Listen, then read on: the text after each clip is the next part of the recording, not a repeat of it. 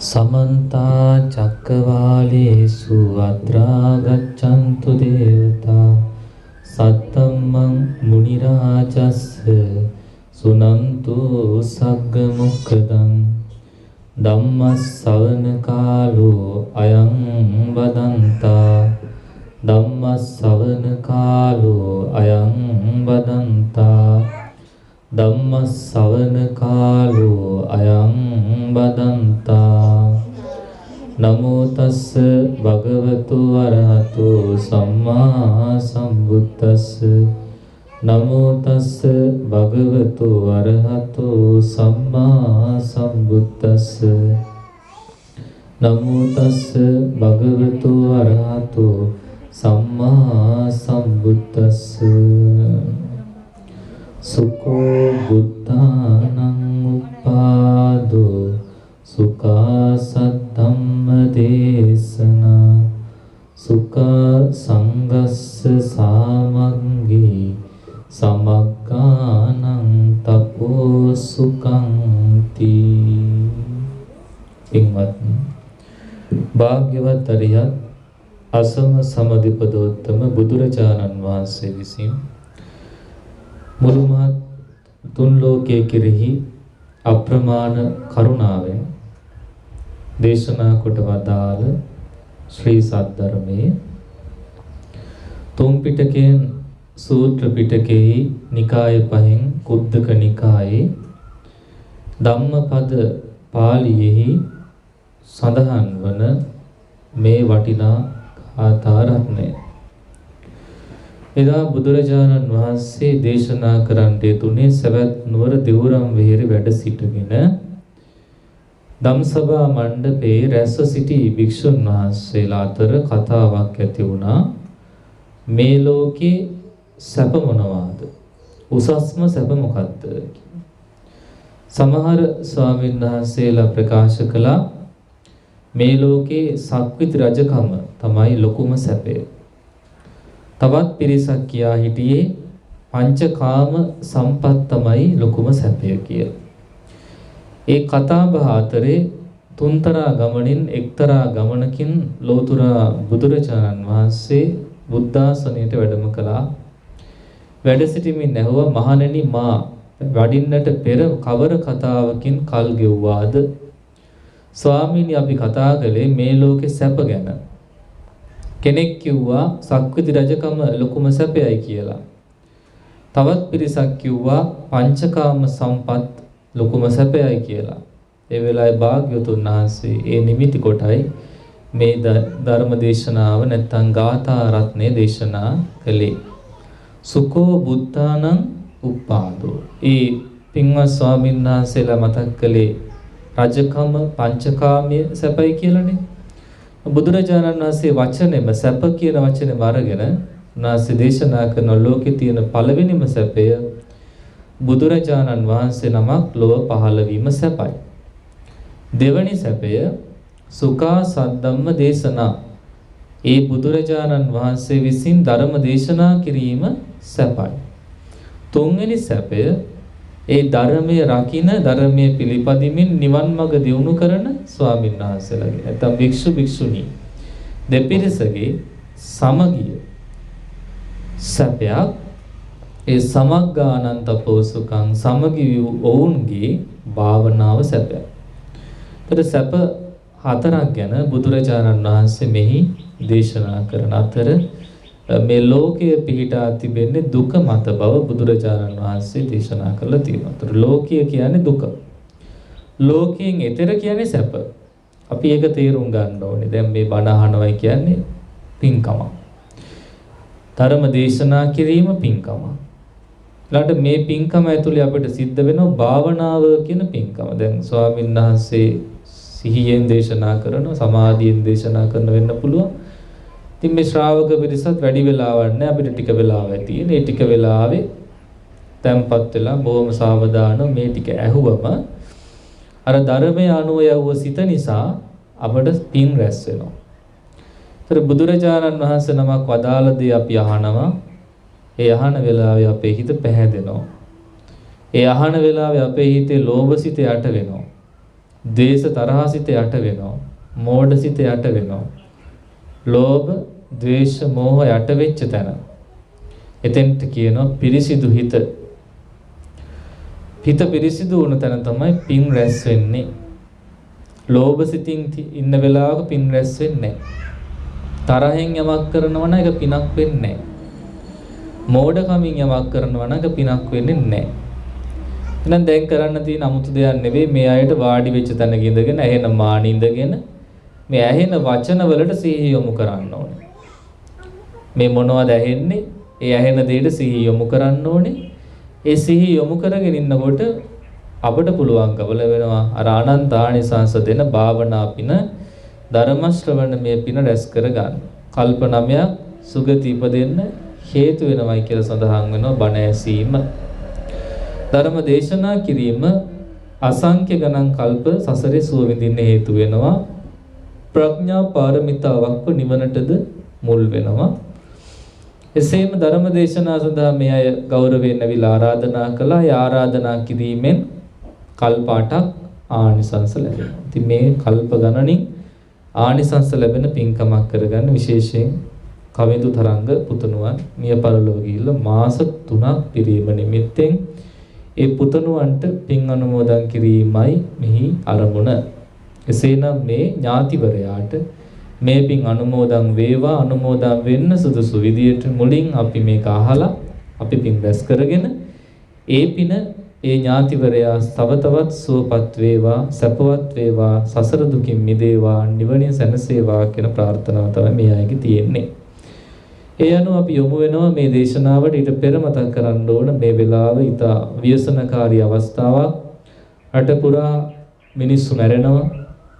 170 167 මම දැන් ඊයේ පෙරේද දවස් දෙකේ අපිට ගණන් වශයෙන් ආරංචි වුණා. සමහර රෝහල් වල මෝචරිය පිරීලා ඉඩ නැතුව පුච්ච ගන්න විදියක් නැතුව ඉන්න බව අපිට ආරංචි වෙනවා. ඒතර අපිට අප්‍රමාද වෙන්න කාරණා බොහොම තියෙනවා මේ වෙලාව. ඒතර මරණය කියන එක දැන් සාමාන්‍ය දෙයක් වෙලා අපේ රටේත් අපි ඉස්සර බලන් හිටියා ඇමරිකාව දිහා බලන් හිටියා ඇමරිකාවේ ලක්ෂ ගණන් මැරෙනවයි කියලා. ඉතාලිය දිහා බලන් හිටියා. අපි මේ ගිය මාසේ බලන් හිටියා ඉන්දියාව දිහා. දැන් අපිට බලන්නලා තියෙනවා අපේම රට දිහා. එහෙනම් මේ භාග්‍යතුන් වහන්සේ වදාළ ජීවිතයේ තියෙන අස්තිර බව. අර තනාග පිනිබිදක් වගේ කියන එක. කොයි වෙලාවෙ මැරීද කියලා දන්නේ නැහැ. දියේ යඳ ඉරක් වගේ කියන්න බෑ. එහෙම ස්වභාවය දැන් මතු වෙලා. ඉතින් අපිත් හැමෝම දැන් බය වෙලා ඉන්නවා. මොකද ජීවිතේ කොයි වෙලාවෙ නැති වේද? අහිමි වේද? අනාගාමී ආර්යයන් වහන්සේලා රහතන් වහන්සේලා ඇරෙන්න අනිත් හැමෝම ජීවිතයට බයයි. කියන මරණයට බයයි. ඒ නිසා පරිස්සම් වෙමින් ඉන්න වෙලාවක් නමුත් යුතුයකමක්ව පවතිනවා අපිට මේ පින්කම කර දීම විශේෂයෙන් අපි බාරගත් දෙයක් නිසා මේ වෙලාවේ වැඩම කළේ. එහෙම නැත්නම් මේ නීති රීති දාලා දැන් තියෙන්නේ බණ කියන්නත් එපා බණ අහන්නත් එපා පින්කම් කරන්නත් එපා කියලා තමයි රජිනුත් කියලා තියෙන්නේ. ඉතින් කොහොම කිව්වත් යන තැනකට හොඳ තැනකට යන්නත් හෙට මරුණොත් අද පින් කළොත් ඒක සැපයි කියලා දේශනාවේ තියෙන නිසා අප්‍රමාද විය යුතුමයි. ජීවිතං අනියතං මරණං නියතං. ඔය බණපදේ මරණ සති භාවනාව වඩන්න අපි කවුරුත් සූදානම් වෙන්න ඕන මේ දවස්වල. මොකද කොයි වෙලාවක මේ ගමන යන්න වේද කියලා කාටවත් කියන්න බෑ. ඒ தත්ත්වවලට මුහුණ දෙන වෙලාවක අප්‍රමාදය ගැන හොඳට හිතන්න පුළුවන් වෙලාවක්. ඒ නිසා මේක කතන්දරයක් නෙවෙයි අපිට ඇස් දෙකටම පේනවා දැන් අපේම මිනිස්සු මැරලා යන බව. අවුරුදු 60ට වැඩි හිටියෝ ගොඩක් මැරලා යනවා. සමහර විට අතරින් පතර අවුරුදු 30ට වැඩි අය මැරෙන බව ආරංචි වෙනවා. ඉතින් අද ඒ මරු පින් කරගන්නේ කියන එක විතරයි තියෙන්නේ. බුදු ගුණ හිතන්න, මරණ සතිය වඩන්න, පින්කම් කරගන්න පුළුවන් තරම්. ඒ කියන්නේ හිතින් කරගන්න. දැන් පින්කම් කරන්න කොහොම කියනවා පන්සල් යන්න බෑ. මල් නිලන්නත් බයයි. මල් අරන් යන්නත් බයයි. දාන දෙන්නත් බයයි. කොහොමද අපි පින් කරගන්නේ? එහෙනම් Taman තනියෙන් බුදුරජාණන් වහන්සේගේ ධර්ම දේශනා භාග්‍යතුන් වහන්සේ වදාළ පරිදි අන්තක් තියෙනවා නම් ඒවා අහන්න පුළුවන්. ඊළඟට මාගේ බුදුරජාණන් වහන්සේ අරහන් නම් වනසේක, අරහන් නම් වනසේක, අරහන් නම් වනසේක. බුදු ගුණ අනන්තයි. අනන්ත බුදු ගුණ බලයෙන් සුවපත් වේවා. අන්න ඒ විදියට Tamanට තනිවම හිතන්න පුළුවන්. තව කවුරුත් ඕනේ නැහැ. තනියම තනි වෙලා තනි හිතින් මේක හිතන්න. එච්චරයි පිහිට. බුදු ගුණ වඩනවා නම් කෙනෙක් එයාට ලොකු ශක්තියක් ඇති වෙනවා. ඒ ශක්තියම තමයි ආරක්ෂාව. ජීවිත ආරක්ෂාව පිණිස නොයෙක් මේ වැනි වසංගත සමයේ තියෙන ආරක්ෂාව ඒකයි. ඒතර කෙනෙක් කියන්න පුළුවන් බුදු ගුණ වඩලත් කෙනෙක් මැරුණොත් එහෙම කොහොමද මැරෙන්නේ? ඉපදුනා නම් මැරෙනවා. හැබැයි එයා බුදු ගුණ වඩපු කෙනෙක් නිසා එයාට සුගතිය ඉපදෙන ලැබෙනවා. දැන් මේ වෙලාව අපේ මියගිය ඥාතියොත් ඉන්නේ සසරේ. අපි ඉන්නේ සසරේ. කවුරුවත් මිදිලා නැහැ සසරෙන්. එයාලත් කොහේ හරි ඉන්නවා. අපිත් මෙහි ඉන්නවා. දිව්‍ය ලෝකෙක කට්ටියක් ඉන්නවා. പ്രേත ලෝකවල ඉන්නවා. නිරේ පොළොව යට ඉන්නවා. අපිට පේන්නේ. പ്രേතයෝ ඉන්න ඒත් අපිට පේන්නේ. මේ හැමෝම ඉන්නේ දුකක. ඒ සසරේ. ඒ නිසා මේ දුකින් මිදෙන්නම තමයි අපි මේ හැම පින්කමක්ම කරන්න ඕන. මේ පින්කම් අවසානයේ අපි හැමෝම ප්‍රාර්ථනාවක් කරනවා. ඉදම් මේ පුඤ්ඤ කම්මං ආසවක්ඛයා වහන්නෝතු සබ්බ දුක්ඛා පමුච්චතු. මට මේ පින්කම සියලු කෙලෙසුන්ගෙන් මිදී අමා මහ නිවනින් සැනසෙන්න ලැබේවා කියන ප්‍රාර්ථනාව. ඒක හොඳට හිතන්න ඕන කාලයක්. හැබැයි මේ කාලේ එක ප්‍රශ්නයක් තියෙනවා අපිට. මොකක්ද ඒ ප්‍රශ්නේ? අපේ ආයුෂ අඩුයි. ඒ සාමාන්‍ය අධිපදින ළමයින්ගේ ආයුෂ අවුරුදු 73ක් වගේ තමයි කියන්නේ. අපි ගමු 70යි කියලා. ඉතින් මේ 70 ඇතුළේදී ඔක්කොම දේවල් කරගන්න ඕන. ඉගෙන ගන්න ඕන, රස්සා කරන්න ඕන, කසාද බඳින්න ඕන, ළමයි හදන්න ඕන. ඒ ඔක්කොම කරන්න තියෙන තරගෙත් එක්ක සමහර විට බණ අමතක වෙනවා. දුකත් අමතක වෙනවා. සසර ගමන අමතක වෙනවා. manussකම් අමතක වෙනවා. අමනුස්ස ගති මතු වෙනවා. ඒක තමයි වෙලා තියෙන්නේ. ඉතින් කොච්චර වුණත් කොච්චර විපත් පැමිණියත් ඒ විපත් මැද්දෙත් සැනසෙන්න සතුටු වෙන්න පුළුවන් විදිහේ මනසක් තියෙනවා මිනිස්සුන්ට.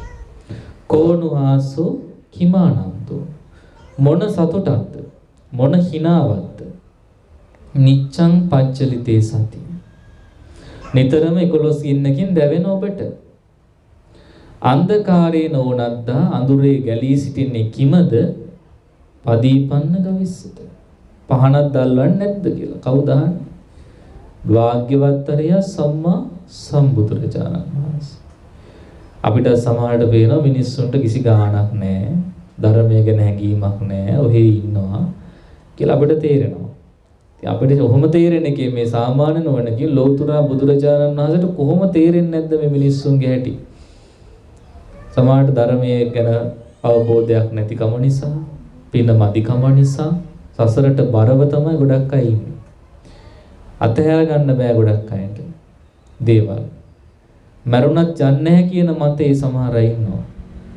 මරුණත් අතහරින්නේ නැහැ කියන අදහසේ ඉන්නවා. එහෙම ඉඳලා මැරිලා ගිහිල්ලා ප්‍රේතෙක් පෙරේතියෙක් වෙලා ඇවිල්ලා ඒ තැන්වලම ඉන්නවා. එහෙම ලෝකෙ දැකලා බුදුරජාණන් වහන්සේ වදාළේ උඹලට මොන හිනාවක්ද? උඹලට මොන සතුටක්ද? උඹලා ඉපදෙමින් ඉන්නවා. නුඹලා ලෙඩ වෙමින් ඉන්නවා. නුඹලගේ කෙස් සිදෙමින් යනවා. දත් වැටෙනවා, හම රැලි වැටෙනවා, වයසට යනවා. උඹලා මැරෙමින් ඉන්නවා. හඬනවා, වැළපෙනවා. ශෝක දුක් තියෙනවා. උපායාස තියෙනවා. අප්‍රිය අමනාප දේම ලැබෙනවා. පතන දේ නැති වෙනවා. එහෙම තියෙන උඹලට මොන හිනාවක්ද? මොන සතුටක්ද? මොන නැටුමක්ද? එහෙමයි බුදුරජාණන් වහන්සේ මේ සත්වයන්ගෙන් අහලා තියෙන්නේ. ඒක තමයි කතන්දරේ. ඉතින් එහෙම කතන්දරයක් තියෙන වෙලාවක නමුත් අර කෙලෙස් වැඩිකම. ඒ කියන්නේ ආයුෂ අඩු වෙන රාගය වැඩි වෙනවා. තරහ යන ගති මිනිස්සුන්ගේ වැඩි දැන්. මෝඩකමත් වැඩි. ඉතින් මේ තුන වැඩි නිසා අර බණ තේරෙන්නේ නැහැ. සමහරට කියනකොට අහන් ඉන්නවා. එතකොට සතුටුයි. තේරෙනවා. හිත පැහැදෙනවා. පිං රැස් වෙනවා. හැබැයි එතනින් එහාට ඒක කරන්න ඕනේ කියලා හැමකට අමතක වෙනවා. ඇහුව බණ ටික හොඳයි, සතුටුයි, සන්තෝසයි.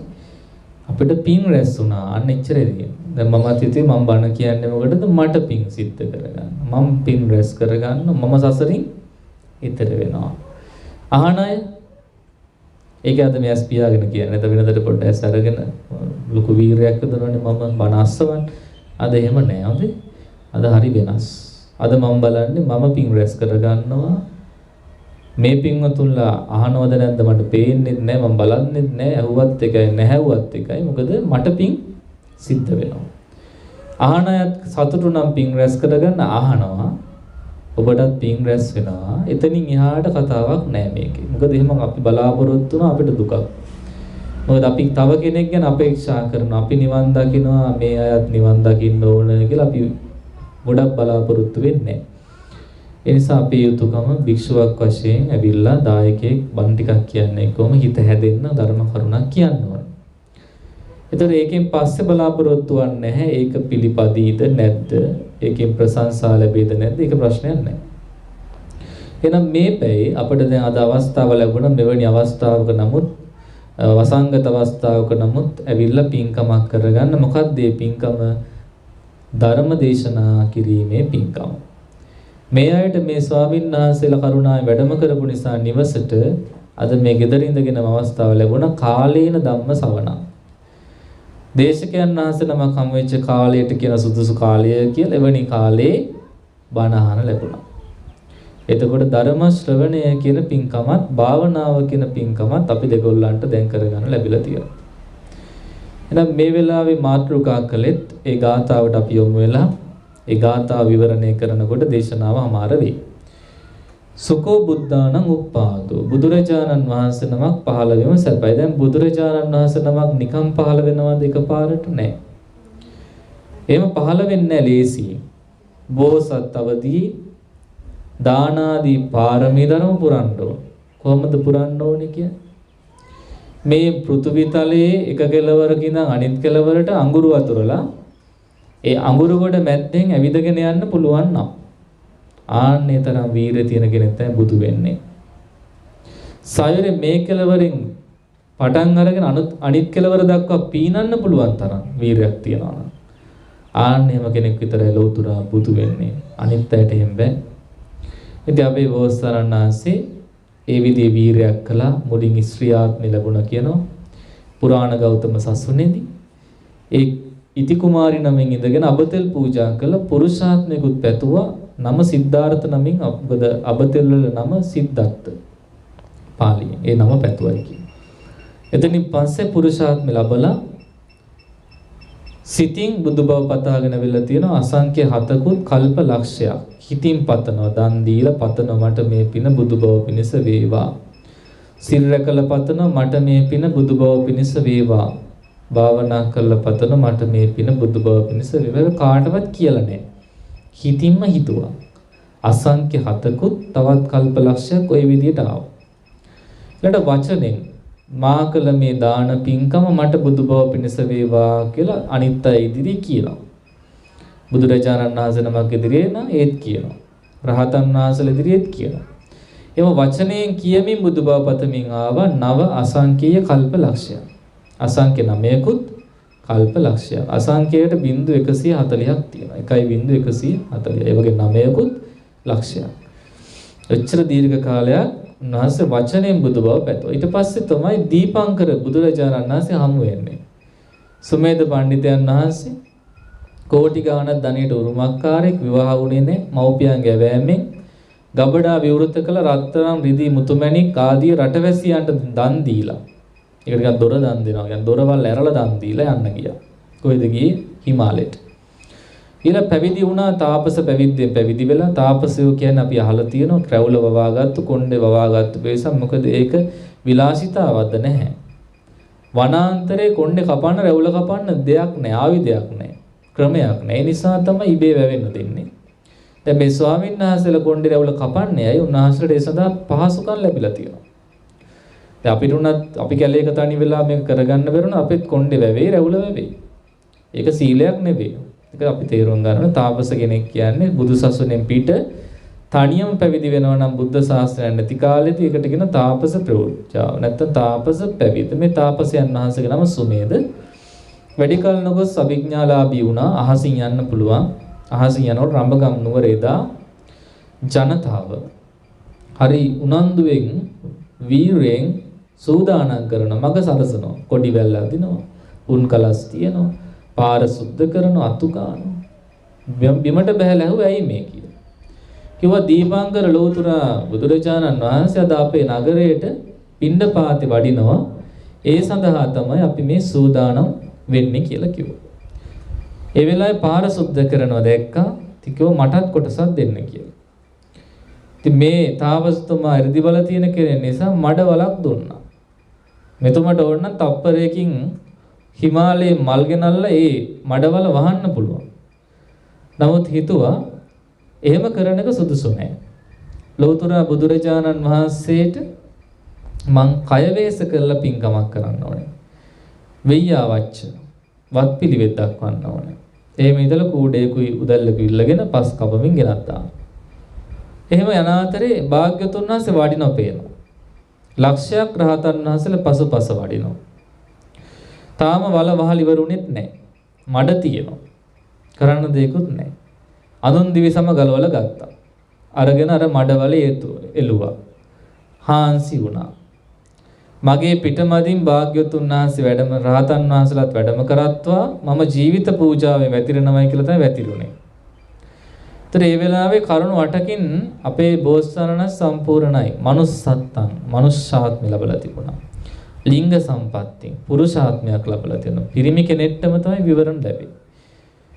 manussත්තං ලිංග සම්පත්තින් සත්තු ශාස්ත්‍රුන් වහන්සේ කෙනෙක් දැක්කා. ඒ කියන්නේ දීපංකර බුදුරජාණන් වහන්සේ හමු වුණා. ජීවිත පරිත්‍යාගය ඇති වුණා. හිතුණ ජීවිතේ දෙනවයි කියලා. ගුණ සම්පත්තින් පබ්බජ්ජා. පැවිදි වෙලා ඉන්න ඕනේ එකක් තිබුණා. අෂ්ඨ සමාපatti පංචපිඤ්ඤා තියෙනවා. ගුණ ධර්ම ටික. දැන් මේ ඔක්කොම තියෙන අධිකාරෝච ඡන්දතා. බුදුබව පිණිස අධික කැමැත්ත. නැමුණු සිත. ඉතින් මේ ඔක්කොම තිබිච්ච නිසා කියනවා අෂ්ට ධර්ම සමන්නාගතයි කියලා. කරුණ 8කින් සම්පූර්ණයි. ඒ බුදුරජාණන් වහන්සේ මේ පඬිතයන් වහන්සේගේ හිස ළඟට වැඩම කරලා උන්වහන්සේ පිටමතින් වැඩියේ නැහැ. අර ජනතාව දෙසට හැරිලා දේශනා කළා පින්වත්නි මහණෙනි මේ ජටාදර වූ තවුසා දෙස බලන්න. මේ තවුසා මේන් සාරාංශක කල්ප ලක්ෂයක් ගිය තැන මාමෙන්ම ගෞතම නමින් ලෝතුරා බුදු වෙනවා කියලා විවරණ දුන්නා. ආන්නේ වෙලාවේ තමයි හරියටම දැනගත්තේ Taman ලෝතුරා බුදු වෙන බව. ඒක වෙනස් වෙන්නේ නැහැ. ඒ නියත විවරණ ලබන බෝසතාණන් වහන්සේ කියන්නේ හරියට බුදු කෙනෙක් සමානයි. මොකද අනිවාර්යයෙන්ම බුදු වෙනවනේ. එතන ඒ වැතිරලා ඉන්නේ බුදු කෙනෙක් වගේ. ඒ නිසා බුදුරජාණන් වහන්සේ ඊතුරු විස්තරය දේශනා කරලා මල් මිටකින් පූජා කරලා පැදකුණු කරලා වැඩි. බුදු කෙනෙක් පැදකුණු කළා. ඇයි? අනාගතේ බුදු වෙන නිසා. ලක්ෂයක් රහතන් වහන්සේලාත් මල් පූජා කළා පැදකුණු කරලා වැඩියා. මිනිස්සුත් මල් පූජා කළා. ආන්නේ මල් ගොඩ උඩ ඉඳගෙන දස පෙරුම්දම් අදිෂ්ඨාන කළා. අහසේ තරු පරදින තරම් ඇස් දන් දෙන්න ඕනේ. මහා සයුරේ ජලයේ පරදින තරම් ඇඟලේ දන් දෙන්න ඕනේ. මහා පොළොවේ පස් පරදින තරම් ඇඟමස් කපා දන් දෙන්න ඕනේ. ඔටුනු බලන් හිස් මහ මෙර තරම් දන් දෙන්න ඕනේ. දරුවන් දහස්වර දන් දෙන්න ඕනේ. බිරින්දෑවරු දන් දෙන්න. මෙන්න මේ විදිහේ පරිත්‍යාග කරන්න තියෙනවා. අමුදරුවෝ දන් දෙන්න ඕනේ බුදු වෙන්න නම්. රාජ්‍ය දන් දෙන්න ඕනේ. ජීවිතේ පරිත්‍යාග කරන්නත් වෙනවා. තමන්ගේ ශරීර අවයව පවා S2 හදවත වැනි යම් යම් කොටස් දන් දීලා තියෙනවා. ඉතින් මේ විදිහට කල්පනා කරමින් ඇවිල්ලා සාරා සංඛ්‍ය කියන්නේ අසංඛ්‍ය 4කුත් කල්ප ලක්ෂයක් තිස්සේ බුදුරජාණන් වහන්සේලා 28 නමක් පහළ වුණා ඒ කාලය ඇතුළත. එයින් දීපංකර බුදුරජාණන් වහන්සේගේ පටන් කාශ්‍යප බුදුරජාණන් වහන්සේ දක්වා බුදුරජාණන් වහන්සේලා 24 නමක් පහළ වුණේ. ඊටමත් අඩු පිරිසක් බුදුවරු 24 නමක් පමණයි. ඒ නිසා අපි කියන සෝ 20 විවරණය. විවරණ 24. ඒ සියලුම බුදුරජාණන් වහන්සේලා හමු වෙලා යම් යම් පින්කම් කරලා විවරණ ලබා ගත්තා. ඒ විවරණ හැම එකකින්ම කිව්වේ මේ කාලෙදී ගෞතම නමින් ලෞතර බුදු වෙනවා. ඉතින් ඒ අනුව ඇවිල්ලා දැන් බුදුරජාණන් වහන්සේගේ පහළ වීම සැපයයි කියලා බලන්න. උන්වහන්සේ අන්තිමාත්ම භාවයේ විස්සන්තර ජාතකයේදී චාලිය ක්‍රිෂ්ණජිනා දරුවෝ මහ පොළොව කම්පා කරමින් ජෝචක බමුණට දන් දුන්නා. මන්ත්‍රී දේවිය විශ්වලාගෙන පැමිණි සක බ්‍රහ්මයට දන් දුන්නා. මහ පොළොවත් කම්පා කරමින්. ඒ ආත්මේ පෙරුම්දම්පුර අවසන් කරලයි තුසිත දිව්‍ය ලෝකෙ ඉපදුනේ. ඒ තුසිත දිව්‍ය භවනේ සම්පූර්ණ ආයුෂ කාලය. අපේ අවුරුදු වලින් 14 කෝටි ගණනක් වෙනවා. කෝටි 14කට වැඩි. එපමණ කල් එහි වාසය කරලා චුත වෙන මොහොතේ දෙවිවරු ඇවිල්ලා ආරාධනා කළා කාලෝ අයන්තේ මහාවීර උප්පච්ච මාතු කුච්චියා. මහා වීරයන් වහන්සේ මේ තමයි සුදුසු කාලය මව් කුසක මනුලව ඉපදෙන්න ඉපදිලා මේ ලෝවැසියන්ට දහම් බෙරය වයන්නට. ඒ ආරාධනාවත් එක්ක උන්වහන්සේ බැලුවා ලෝකෙ දිහා. ඒකට කියනවා පංච මහා විලෝකනය. අපි නම් කියන්නේ පස් මහා බැලුම් කියලා. මොනවද මේ බැලීම් පහ? කාලය, දීපය, දේශය, කුලය, මව කියලා අපි දන්නවා. කාලය කියන්නේ ලෞතර බුදුරජාණන් වහන්සේ පහළ වෙන්නේ නැහැ අවුරුදු ලක්ෂයකට වඩා මිනිස්සුන්ගේ ආයුෂ වැඩි කාල. එහෙම කාලයක් තියෙනවද? ඔව් තියෙනවා. ලක්ෂ 2, ලක්ෂ 10, කෝටිය ඊටත් වඩා වැඩි මිනිස්සුන්ගේ ආයුෂ සමහර කාලවල. එහෙම කාල පහු කරගෙන විලත අපි මේ විපත්ති කාලයට වැටලා තියෙනවා. ඒ විපත්ති කාල නිසා සැප අඩුයි දුක වැඩි. දැන් අර වගේ කාලවල මොකද තත්ත්වය මිනිස්සුන්ට දුකක් නැහැ. මිනිස්සුන්ට ලෙඩක් නැහැ. අවුරුදු ලක්ෂයට වඩා වැඩි කියන්නේ ලෙඩ වෙනවා පේන්නේ නැහැ. වයසට යනවා පේන්නේ නැහැ. එවැනි කාලවල බුදු කෙනෙක් පහළලා කිව්වොත් ඉපදීම දුකයි, ලෙඩවීම දුකයි, වයසට යාම දුකයි, මරණය දුකයි කිව්වොත් ඒ මිනිස්සු පිළිගන්නේ නැහැ. මොකද මැරෙනවා පේන්නෙත් නැහැ, වයසක් පේන්නෙත් නැහැ, ලෙඩ වෙන්නෙම නැහැ. ඉතින් කොහොමද ඒ වණ පිළිගන්නේ? අන්න ඒ නිසා අවුරුදු ලක්ෂයට වඩා අඩු කාලවල තමයි බුදුරජාණන් වහන්සේලා පහළ කියන්නේ ලක්ෂයත් ලක්ෂයට අඩුයි. අනිත් පැත්තෙන් අවුරුදු 100ට වඩා අඩු කාලවල ලෞතර බුදුරජාණන් වහන්සේලා ඉපදෙන්නේ නැහැ. හරියට මේ වගේ කාලවල. මොකද දැන් කොච්චරකවත් තේරෙන්නේ නැහැ. දුක වැඩි නිසා දුක තේරෙන්නේ නැහැ. අර කාලේ සැප වැඩි නිසා දුක තේරෙන්නේ. දැන් දුක වැඩි නිසා දුක තේරෙන්නේ නැහැ. දුක වැඩි කමින් පීඩිත වෙලා ඉන්නවා, අසහනෙන් ඉන්නවා. ඒ නිසා බුදු කෙනෙක් පහළ වුණොත් දැන් වටින්නේ නැහැ. ඒ නිසා 100ට වැඩි වෙන්න ඕන 120යි. එන 120ක් අවශ්‍ය තියෙන බව දැක්ක කාලයේ සුදුසුයි. දීපේ බැලුවා. දීප 4ක් තිබුණා. උතුරු කුරු දිවයින, අපර ගෝයාණය, පූර්ව වේදේ කියන්නේ උතුරු දිශාවෙන් තිබුණා. දැනුත් සඳහන් කරන මහ පොළොවට වඩා ටිකක් උඩින් පිහිටපු දිවයිනක් තියෙනවා. දැනුත් තියෙනවා අපිට පේන්නේ නැති වුණාට. ඒකට කියන උතුරු කුරු දිවයින කියලා. ඒ මිනිස්සුන්ගේ ආයුෂ හැමදාම අවුරුදු 500යි. එයාලා කන්නේ සොයන්ජාත හැල්හාල්, ඉබේ හැදෙන හැල්හාල්, ඒවයි පොතු නෑ, ඇට විතරයි තියෙන්නේ, කඩාගෙන කන්න විතරයි තියෙන්නේ. එයාලා ආයුෂයෙන් වරණේ සැපයෙන් බලයෙන් වැඩි කියන ඒ දිවයිනට කියන උතුරු කුරු දිවයින කියලා. ඊළඟ අපර දිග බටහිර පැත්තේ තියෙන මහද්වීපයට කියලා තියෙන ඉස්සර අපර ගෝයානය. නැගෙනහිර දිශාවෙන් ওই චීනය, ජපානය වගේ රටවල් දැන් සඳහන් වෙන මිනිස්සු ඉන්න ප්‍රදේශයට කියලා තියෙන්නේ පූර්ව වේදේහිය කියලා. 4 වෙනි දිවයින දඹදිව. මේ අපි ඉන්නේ ඉන්දියාව වගේ රටවල් රට පිහිටලා තියෙන්නේ දඹදිවමයි. එතකොට ඒ දීප 4න් සියලු බුදුපසේ බුදු උතුමන් සක්විති රජවරු පහළ වන්නේ දඹදිව තලයේ. දඹදිව තලයේ හැමතැනම නෙවෙයි මධ්‍ය මණ්ඩලය. එහෙනම් ඒ දීප වලින් දඹදිව දැක්කා. සුදුසු දීප වශයෙන්. දේශය දඹදිවත් හැම දේශයකම නොවේ මධ්‍ය දේශයේ නැත්නම් මධ්‍යම ඉන්දියාව දැන් වුණත් මධ්‍යම ඉන්දියාව කියලා කියන්නේ. ඒ මධ්‍යම ඉන්දියාවේ තමයි පහළ වෙන්නේ.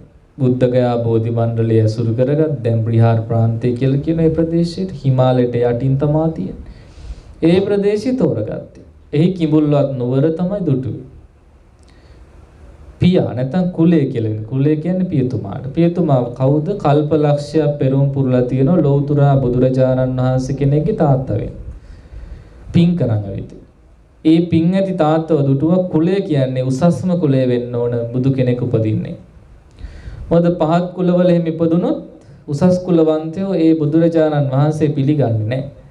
ඒ නිසා ඒ අතිනු සම්පූර්ණ වෙන්නට උසස්ම කුලය තමයි බුදුරජාණන් වහන්සේ ඉපදුනේ. ඒ ශාක්‍ය කුලය නැත්නම් රජ කුලය. මව කල්පලක්ෂයක් පාරමී පුරලා තිබුණා ලෝතුරා බුදු කෙනෙක්ව බිහි කරන්නට.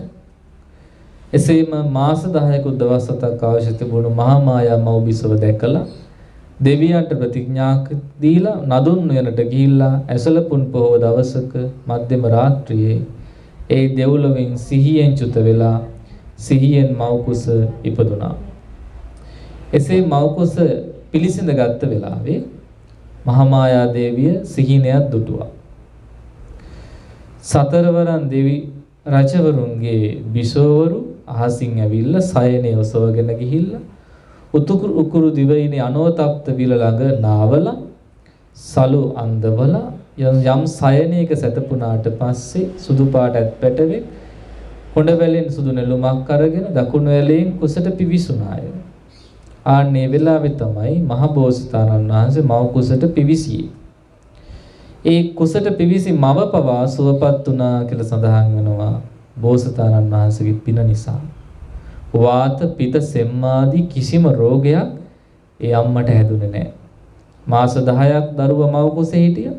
කිසිම රෝගයක් නැහැ. කිවිසුමක්වත් ගියේ නැහැ. රාගයෙන් පෙළුණු පුරුෂයෙක්ට කිසිම විදියකින් අල්ලන්නවත් පුළුවන් කමක් නැහැ. කාගේ ආනුභාවයෙන්ද?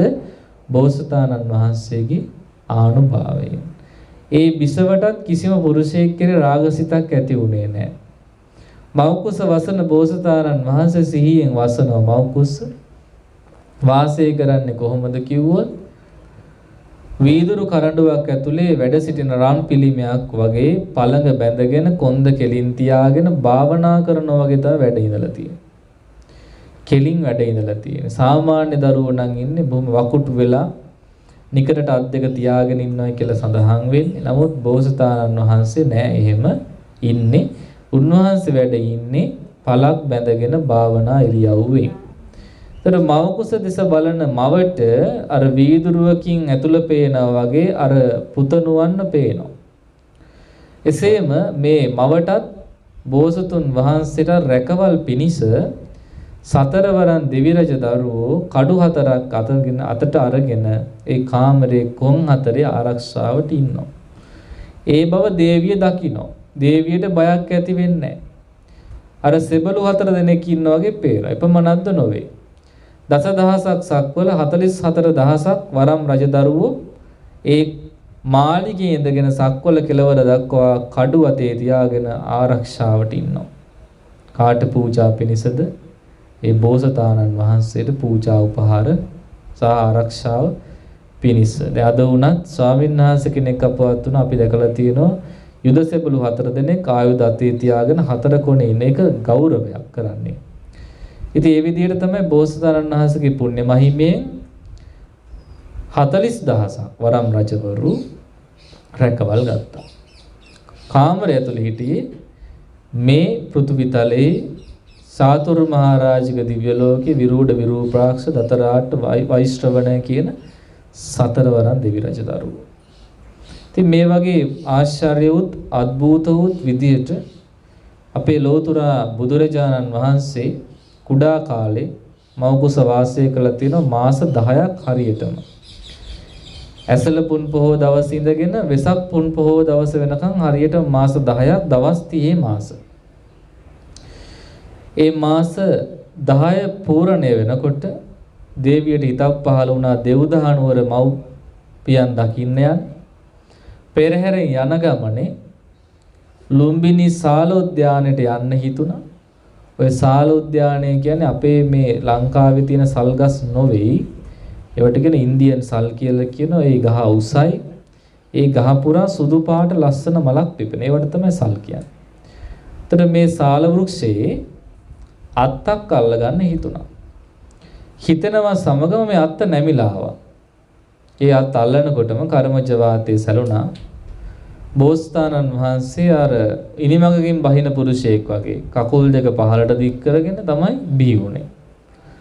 වටතිර ඇද්ද කියලා සඳහන් වෙනවා. ඒ වෙලාවේ බෝසතාණන් වහන්සේ හරි පහසුවෙන් අර පැන් ටිකක් පෙරනවා වගේ ඩබරාවකින් නැත්නම් පෙරහනකින් හරිම පහසුවෙන් බිහි වුණා. ඒ බිහි වෙන වෙලාව සාමාන්‍ය දරුවෝ බිහි වෙන්නේ හිස යටිකුරු වෙලා. මුලින් හිස තමයි එළියට එන්නේ. නමුත් බෝසතාණන් වහන්සේ බිහි වුණේ කකුල් දෙක ඉස්සරහට දමලා. කකුල් දෙක එළියට එනවා. ඊට පස්සේ උන්වහන්සේ වැඩම කරද්දී අරිහත් බ්‍රහ්ම රාජවරු ඉන්න සුද්ධාවාස බඹතලේ ඒ බ්‍රහ්ම රාජයෙක් ඇවිල්ලා රන්දලින් පිළිගත්තා. බිහි වෙන බෝසතාණන් වහන්සේ බ්‍රහ්ම රාජයේ රන්දලින් පිළි අරගෙන මහාමායා දේවියගේ මූණ බලලා කිව්වා දේවිය සතුටු වෙන්න පින් ඇති පුතෙක් ඔබට ඉපදුනා කියලා. එහෙම කියලා සතරවරන් දෙවියොත් ආව අඳුන් දිවි සමාරගෙන. එයාලට බාර දුන්න. එයාලා අඳුන් දිවි සමින් මේ බෝසත් කුමාරයා මේ පොඩි දරුවෝ පිළිගත්තා. උපදින ගමනේ. පිළි අරගෙන ඒ විදිහටම කියලා මිනිස්සුන්ට බාර දුන්නා. මිනිස්සු දුහුල් සලු වලින් බාරගත්තේ. ඒ මිනිස්සුන්ගේ අතින් මේ පුංචි කුමාරයා මාස 10යි. මව කුසේට මාස 10 විතරයි. ඉපදුණු ශරණේව බිමට බැස්සා. බිමට බැහැලා දස දිසා බැලුවා. ඒ දස දිසාවේ උතුරු දිසාව තෝරගත්තා. ඇවිදින්න ඕනේ කියලා. උතුරු දෙසට පියවර 7ක් තිව්වා සඳහන් වෙනවා අටුවාවේ. ඒ හැම පියවරකම නෙළුම් මලක් පිපුණු බව. සත්වන පියවරේ වැඩ ඉඳගෙන එක ඇඟිල්ලක් ඔසවා අග්ගෝ හමස්මි ලෝකස්ස ජෙට්ටෝ හමස්මි ලෝකස්ස සෙට්ටෝ හමස්මි ලෝකස්ස අයමන්තිමා ජාති නත්ති දානි පුනබ්බව. මම ලොවට අග්‍ර වෙමි, මම ලොවට ශ්‍රේෂ්ඨ වෙමි, මම ලොවට ජේෂ්ඨ වෙමි. මේ මාගේ අවසන් උපතයි, මෙන්මතු උපතක් නැත. ඒ කියන්නේ මේ ජීවිතේ නිවන් දකින්නවා කියලා පුංචි කාලේ ඉපදුණු ගමම සිංහනාද කියලා කාටද කරන්න පුළුවන්? මේ ලෝකේ කිසිම කෙනෙක්ට කරන්න බෑ. ඉපදුණු ගම ඇවිදින ළමයිත් නෑනේ. උන්වහන්සේ විතරම ඇවිත් එහෙම. ඉතින් සිංහනාදි කළා. ඒ ඉපදෙන මොහොතේ මේ ලෝකේ සුවපත් උනායි කියන බුදු කෙනෙකුගේ උපදේ තරම් සැපයි. අහසේ මල් වරුසාය දැහැලුණයි කියනවා. පොළොවේ මල් පිපුණා, ජලයේ මල් පිපුණා. අන්ධයන්ට පෙනුම ලැබුණා කියනවා. ගොළුවන්ට කතා කරන්න පුළුවන් වුණා. පිළූ අය කොර වූ අය නැටුවයි කියලා සඳහන් වෙනවා. ඇවිදින්න පුළුවන් වුණා. ආශ්‍රය හේසරව කරලා තියෙනවා. ඇතුන් කුංචනාද කරලා තියෙනවා. මද පවන් නමලා තියෙනවා. වැසිය දැහැල්ලා තියෙනවා. නිරේ ගිනිදැල් මොහොතකට නමුත් මේ අපායේ ගිනිදැල් නිමිලා ගිහින් තියෙනවා. ප්‍රේතයන්ගේ කුසගිනි නිමිලා ගිහින් තියෙනවා. තිරිසන් සතුන්ගේ බය නැති වෙලා තියෙනවා. මේ වගේ 32ක් පෙර නිමිති පහළ වෙලා තියෙනවා. ඉතින් බලන්න බුදු කෙනෙක් මෙලවට බිහි වෙද්දි පවා ලෝකෙ සුවපත් වෙලා තියෙනවා. ඒක නිසායි කියන්නේ බුදු කෙනෙක්ගේ පහළ වීම සැපයි. එසේ ලොවට පහළ වුණු ඒ අපේ බෝසතාණන් වහන්සේ ක්‍රමක්‍රමයෙන් තරුණ වයසට ආවා. අවුරුදු 16 වයසේ සංසාරේ ප්‍රාර්ථනා කරගෙන ආපු විදියටම යසෝදරා උත්තමාවිය සමග විවාහ වුණා. මේ යසෝදරා දේවිය ආනන්ද ස්වාමීන් වහන්සේ, කාළුදා ඇමතුමා, චන්න ඇමතුමා, කාන්තකස්ය මේ කියන 5 දෙනාම ඉපදුනේ එක දවසේ. එකම දවස් ඉපදුනේ. එදා පහළ වුණා ඇසතු බෝධිය බුද්ධගයා බෝධි මණ්ඩලේ. එදාම පහළ වුණා සතර මහා නිදානය. ඉතින් එකම දවස් ඉපදිච්ච යසෝදරා දේවිය වාසය කළේ දෙව්දහනුවරයි. සුද්ධෝදන පිය රජතුමාගේ නැගණියක් වන අමිතා දේවියගේ දුව. නැත්නම් අපි තේරෙන භාෂාවෙන් කියව නැන්දගේ දුව. ඥාතිකමකුත් තියෙනවා. ඊළඟට මහාමායා දේවියගේ අයියා තමයි සුපබුද්ධ රජතුමා. අනිත් පැත්තෙන් කිව්වොත් මාමගේ දුව. මේ විදිහේ තමයි සම්බන්ධකම්. ඒතකොට සංසාරේ පින් පුරාගෙන ආපු නිසා, පාරමී පුරාගෙන ආපු නිසා එක ළඟ ඉපදිලා, එක දවසක ඉපදිලා, සුදුසු වයසේදී විවාහ වෙලා, අවුරුදු 13ක් සාමාන්‍ය විදිහට ජීවත් වෙලා සුවසේ සඳහන් වෙනවා බෝසතාණන් වහන්සේට සීත කාලයට එක මාලිගයක්, වසන්ත කාලයට තව මාලිගයක්, උෂ්ණ කාලයට උෂ්ණ නැති වෙන විදිහේ මාලිගයක්, රම්ම්‍ය සුරම්ම්‍ය සුව නම් මාලිගා තිබුණා. වරගණන් දිව්‍යාංගනා වැනි කාන්තාවම 40000ක් පිරිවරා සිටි බව විස්තර කරනවා. අගවිසව යසෝදරා දේවිය වුණාට පරිවාර කාන්තාව ඉඳලා දෙන 40000ක්. ඒ අතින් බැලුවාම මේ කාම ලෝකේ මිනිස්සෙක් විඳින්න තියෙන ඉහළම සැප වින්දා. හැබැයි අවුරුදු 29 වෙනකොට උන්වහන්සේට ඒ ගැන කලකිරීමක් ඇති වුණා. හේතුව දකින්න ලැබුණ වරින් වර මාස 4න් 4ට දෙවිවරු ඇවිල්ලා මවල පෙන්නවා ලෙඩෙක්, මහල්ලෙක්, මල සිරුරා. ඔය තුන මුලින් පෙන්නවා. ලෙඩෙක් දැකලා තේරුම් ගත්තා අපිත් ලෙඩ වෙනවා. ඒ ලෙඩ වෙන එකෙන් බේරෙන්න වැඩ කරන්න ඕන. වයසට ගිහපු කෙනෙක් දැකපු දවසේ තේරුම් ගත්තා මාත් වයසට යනවා. මේ ජරා මරණ ලෝකයෙන් මිදෙන්න මම වැඩ කරන්න ඕන. මල සිරුරක් දැකපු දවසේ තේරුම් ගත්තා අපිත් මැරෙනවා. ඒ මැරෙන එකෙන් බේරෙන්න වැඩ කරන්න ඕන. ඒ තුනම දැකලා අවබෝධයක් කලකිරීමක් යම්තා සසර ගැන නැතිව ඉන්නකොට තමයි ඊළඟ වතාවේ දැක්කේ භික්ෂුන් වහන්සේ නමක් පැවිද්දෙක්. පැවිද්දෝ හිටියේ නැහැ. නමුත් දෙවියෝ මවල පෙන්නවා. ඒ වෙලාවේ තමයි හිතුවේ මේකෙන් බේරෙන්න තියෙන එකම ක්‍රමය ගිහි ගෙදරින් ඈත් වෙන එක නැත්නම් අබිනිෂ්ක්‍රමණය කරන එක, පැවිදි වෙන එක. එහෙම තීරණය කළන් හිටියේ එදත් ඇසලපුන් පොව දවස. උද්‍යානයට ගිහිල්ලා බොහොම විවේකයෙන් කල්පනා කර අද රාත්‍රියේ මම ගිහි ගෙයින් නික්මෙනවා. ඒ වෙලාවේ පණිවිඩයක් එනවා. මොකක්ද ආවේ? පුතෙක් ඉපදුණයි කියලා. ඒ පණිවිඩය සාමාන්‍ය අපේ ලෝකේ නම් හරි සුබයි, පාටි දාන්න වටිනවා, සමරන්න වටිනවා වගේ හිතෙනවා. නමුත් ප්‍රඥාවන්තය හිතුවේ රාහුලං ජාතෝ බන්ධනං ජාතෝ. මට බන්ධනයක් තමයි ඉපදලා තියෙන්නේ. පුතෙක් නෙවෙයි, බැඳීමක්. ආන්න එහෙමයි හිතුනේ පෙරම්පුර පුතුමන්ට. අර සසරේ දරුවෝ දන් දීලා පුරුදු වෙලා තමයි එහෙම හිතෙන්නේ. නැත්තම් හිතෙන්නේ නැහැ. නැත්තම් ඉතින් හරි වාසනාව කොච්චර පිනක්ද දරු සම්පත් නේද කියලා හිතෙන්නේ. නමුත් උන්වහන්සේ හිතුනේ බන්ධනය. ඒ බන්ධනයේට පාලියෙන් කියන්නේ රාහුල. ඒ නිසා තමයි සීයා නම් කරේ මේ මොනුපුරාව රාහුල කියලා. බන්ධනයක් ලෙසින් තමයි ආවේ. හිතුවා ඒ නිසාම හිතුවා අද රෑම යනවා මොකද දරු බන්ධනයෙන් බැඳෙන්න පෙර යන්න ඕන. එහෙම හිතාගෙන මාලිගයට එනකොට කිසාගෞතමී කියන ශාක්‍ය කුමාරිකාව උඩුමහන්තලේ ඉඳගෙන මාලිගේ එයා නිබ්බුත පද කිව්වා. නිබ්බුතානූන සාමාතා නිබ්බුතානූන සාපිතා නිබ්බුතානූන සානාරී අස්සායය ඉරිසෝපති. මෙවැනි පුතෙක් ඇති මව නිවුනේ, මෙවැනි පුතෙක් ඇති පියා නිවුනේය. මෙවැනි ස්වාමියෙක් ලැබිච්ච කාන්තාවත් ඒ කාන්තයෙන් නිවුනේ කියන එකයි. බෝසතාණන් වහන්සේ හිතුවා නිවෙන්න යන ගමන නිවෙන පද කිව්වා. ඒ නිසා තෑග්ගක් දෙන්න ඕනේ කියලා ලක්ෂයක් වටිනා ආභරණයක් තෑගි වශයෙන් යවුවා. වෙ කිසාගෞතමී හිතුවේ සිද්ධාර්ථ කුමාරයා මාවත් අන්තපුරයට කැඳවා. එහෙම එකක් නැහැ. අද රාත්‍රියේම යනවා. ඒකයි කල්පනාව. එහෙම සාමාන්‍ය හැමදාම තියෙන දෙයක් තමයි නැටුම් ගැයුම්. රජවරුන්ට රජකුමාරවරුන්ට ඒව තියෙනවා. ඉතින් අර නාට්‍යාංගනාවෝ වාදන ශිල්පීන් වාදනය කරමින් නටමින් ගී ගයමින් දැන් කුමාරයව සතුටු කරනවා. නමුත් බෝසත් කුමාරයාට එහෙම කල්පනාවක් නැහැ, සතුටකුත් නැහැ, ඒවා බලන්න උවමනාවකුත් නැහැ, අහන්න උවමනාවකුත් නැහැ. දැන් සසරම කලකිරලා තියෙන්නේ කොයි වෙලාවේද මේ රජගෙදරින් පැනලා යන්නේ කියලා තමයි හිතේ තිබුණේ. ඒ නිසා උන්වහන්සේට නිින්ද ගියා. සතුටක් නැති නිසා ඒ ගැන නිින්ද ගියා. ඉතින් බැලුවා අපි නටන්නේ කාටද? කුමාරයාට. කුමාරයා නිදි. කුමාරයා නිදි නම් අපි නටලා මොකටද කියලා අර නටපු අයත් නටන එක නැවැත්තුවා. වයන අය වයන එක නැවැත්තු. ගයන අය ගයන එක නැවැත්තුවා. නවත්තලා ඒ අය වැටිච්ච තැන් වල යාලා නිදාගත්තා. මහරයා 12ට විතර හැරිලා බලනකොට අර වස්සුණු තවරාගෙන බොහොම ලලංකාර ඇඳුම් ආවරණ ආයිත්තන් වලින් සැරසී සිටි මේ කාන්තාව ටික අමු සොහනක මල සිරුරු වගේ තමයි පේන්නේ හිටියේ. මොකද හේතුව? සමහර කෙනෙක් ගොරවනවා, සමහර කෙනෙක් නන්දොඩන, සමහර කෙනෙක් ඇඳුම් පහ වෙලා ගිහිල්ලා. සමහර කෙනෙක් කටින් කෙල බේරෙනවා. ඉතින් මේක මේ අමු සොහනක් වගේ දැක්කේ. තුන් භවයේම ගිනිගෙන වගේ දැනුණා.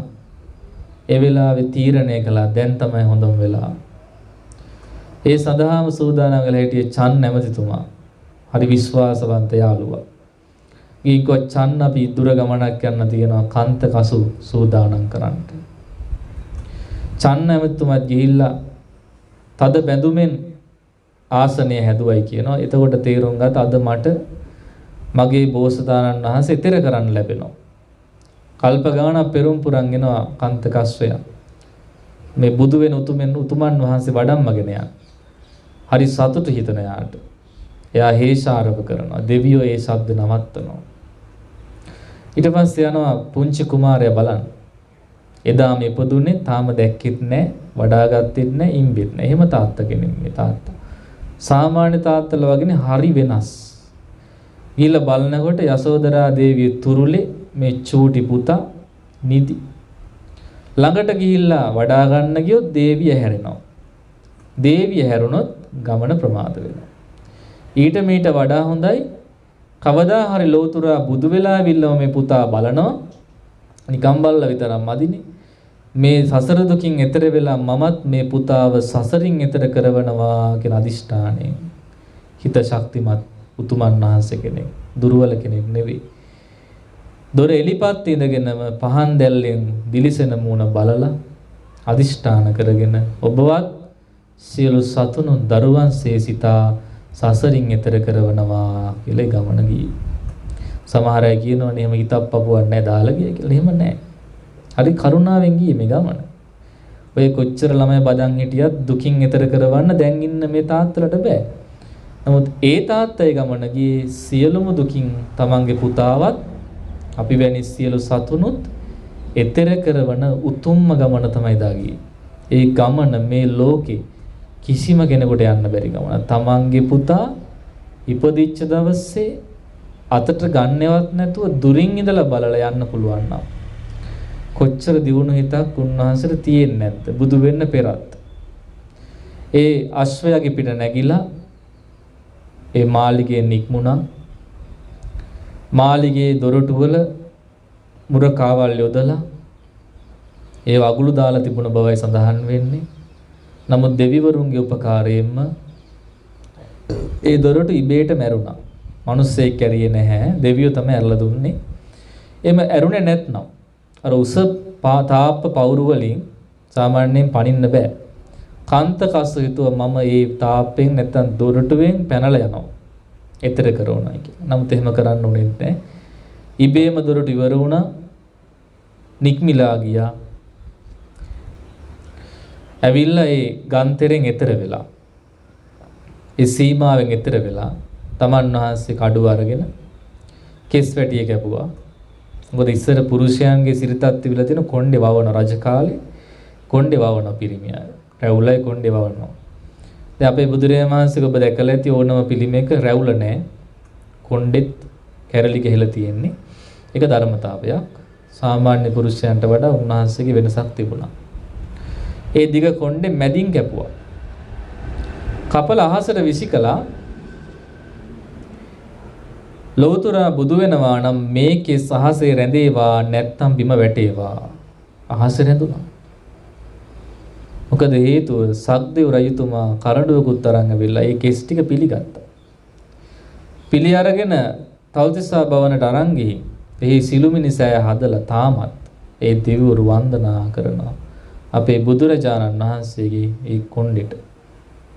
ඒකයි සිළුමිණ කියන්නේ. සිළුමිණිසෑය.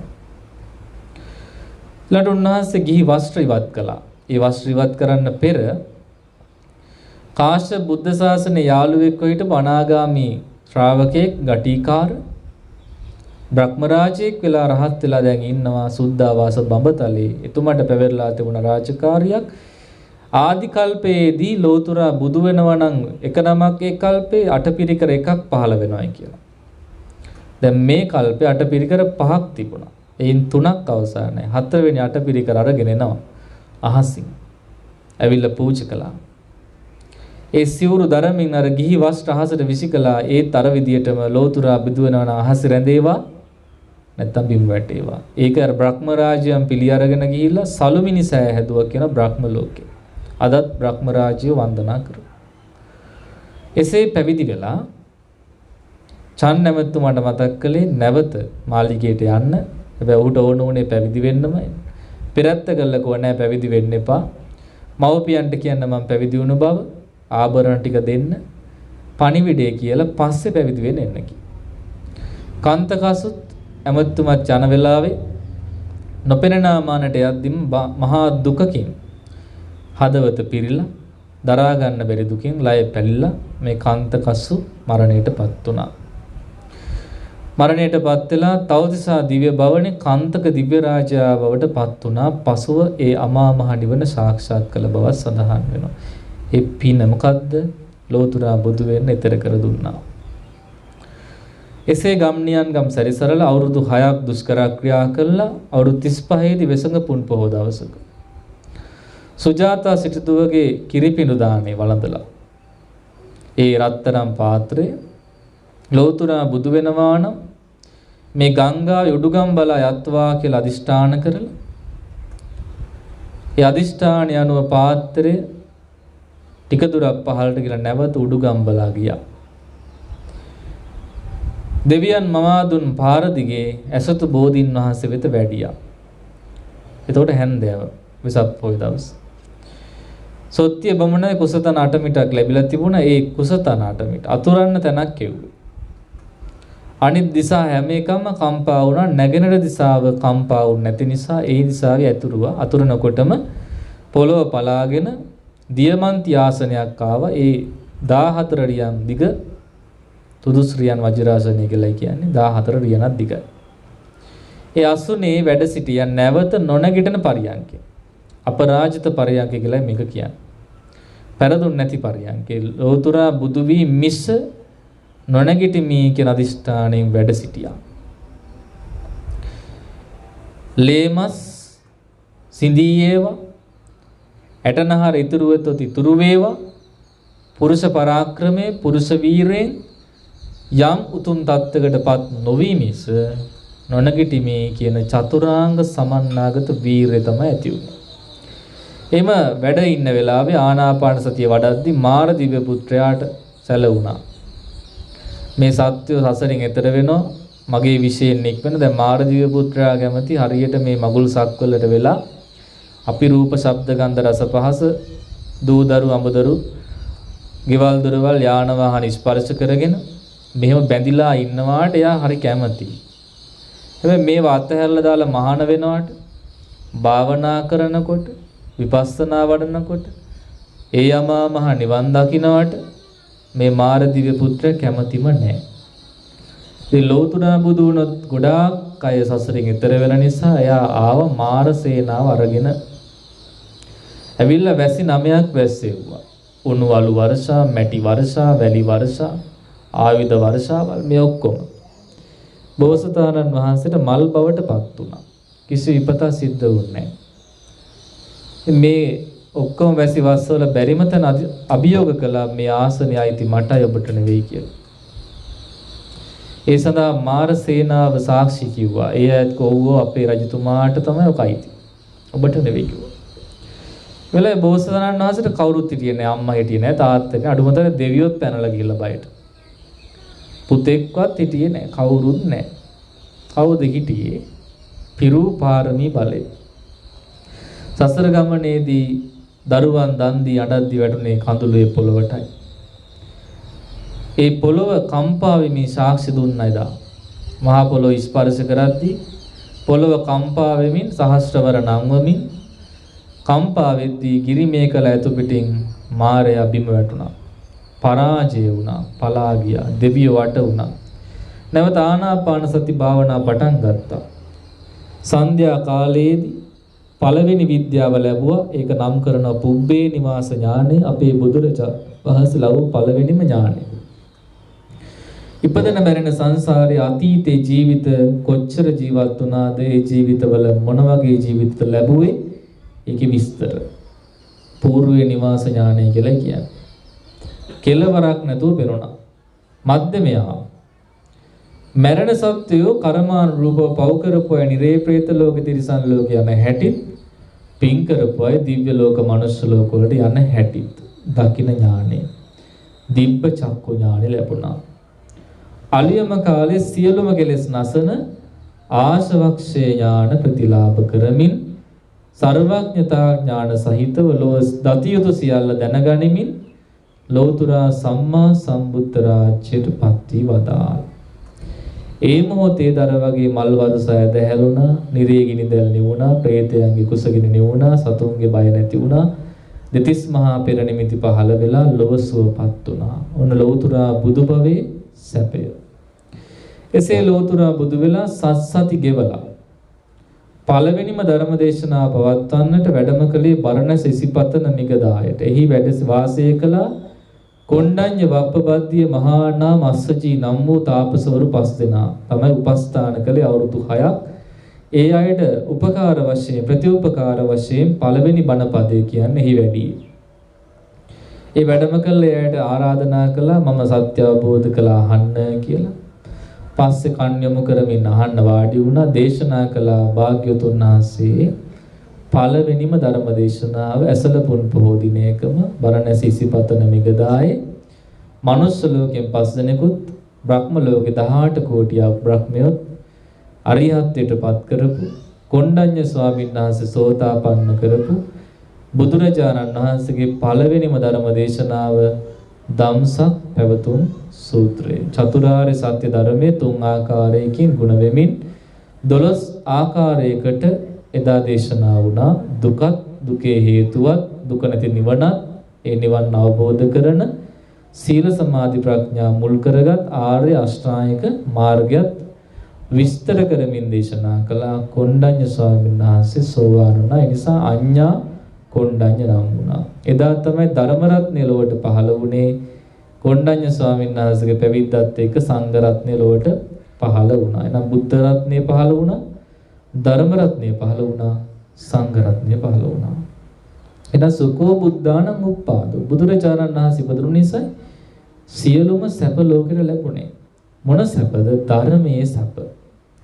මේ සත්‍ය ධර්මය මේ මුලාවෙන් අපි මුදවන ඇත්ත කතන්දරේ ලෝකෙට දේශනා කළේ ඒ බුදුරජාණන් වහන්සේ. මේ මුලාවෙන් මිදෙන්න අපිට මේ බණපදයක් හරි කියන්න අහන්න ලැබුණේ උන්වහන්සේ ලෝතුරා බුදු වුණු නිසා. මේ ස්වාමීන් වහන්සේලා පැවිදි වෙලා ඒ සුව විඳින්නේ ලෝතුරා බුදු වුණු නිසා. ඒ බුදුරජාණන් වහන්සේ පහළ වුණු නිසා කොච්චරයි නිරේ නිදහස් වුණාද? වැඩි ඕන්නේ අඟුලිමාල ස්වාමීන් වහන්සේ කියන්නේ මිනි දහස් ගණනක් මරලා මැරුණා නම් ඒ වෙලාවේ කෙලින්ම අවීචමානිරේ යන්න හිටපු කෙනෙක්. නමුත් අම්මා මරලා ආනන්තරී කර්ම කරන්න ඉන්න වෙලාවේ මහා කැලේට වැඩම කරලා අඟුලිමාල මම නැවතී සිටිමි ඔබත් නවතින්න කියලා කරුණාවෙන් දේශනා කළා. සසරේ පින් පුරාගෙන ආපු නිසා ප්‍රඥාවන්තයෙක් නිසා තේරුණා කියපු දේ අර කඩු විසි කරලා ඇඟිලිමාල විසි කරලා ඇවිල්ලා වැඳලා සමාවත් අරගෙන ශාසනය පැවිදි වුණා. පස්සේ උන්වහන්සේ පින්ඩපාත යද්දි එහෙ මෙහෙ යන ගල්පව ඇවිල්ලා ඇඟේ වදිනවා, ඔළුවේ වදිනවා, පොළු පාරවල් වදිනවා. මොකද හේතුව අර මිනිස්සු මරපු එකේ විපාකේ ඒ ජීවිතේම ආවා. පාත්‍රේ බිඳිලා සිවුරු ඉරිලා පින්ඩපාතකින් ඒ තියෙන්නේ ලේ පෙරාගෙන ඉන්නේ. බුදුරජාණන් වහන්සේ දේශනා කරන්නේ ඉතින් බ්‍රාහ්මණ ඉවසන්ට. මොකද කල්ප ගණන් අපායේ විඳින්න තිබුණු දුකකුයි ඔය ලැබෙන්නේ. නිසා වීරය කරන්න. ඉතින් භාවනා කළා. මොකද්ද කළේ? සියලු සතුන්ට මෙසිත වැටුවා.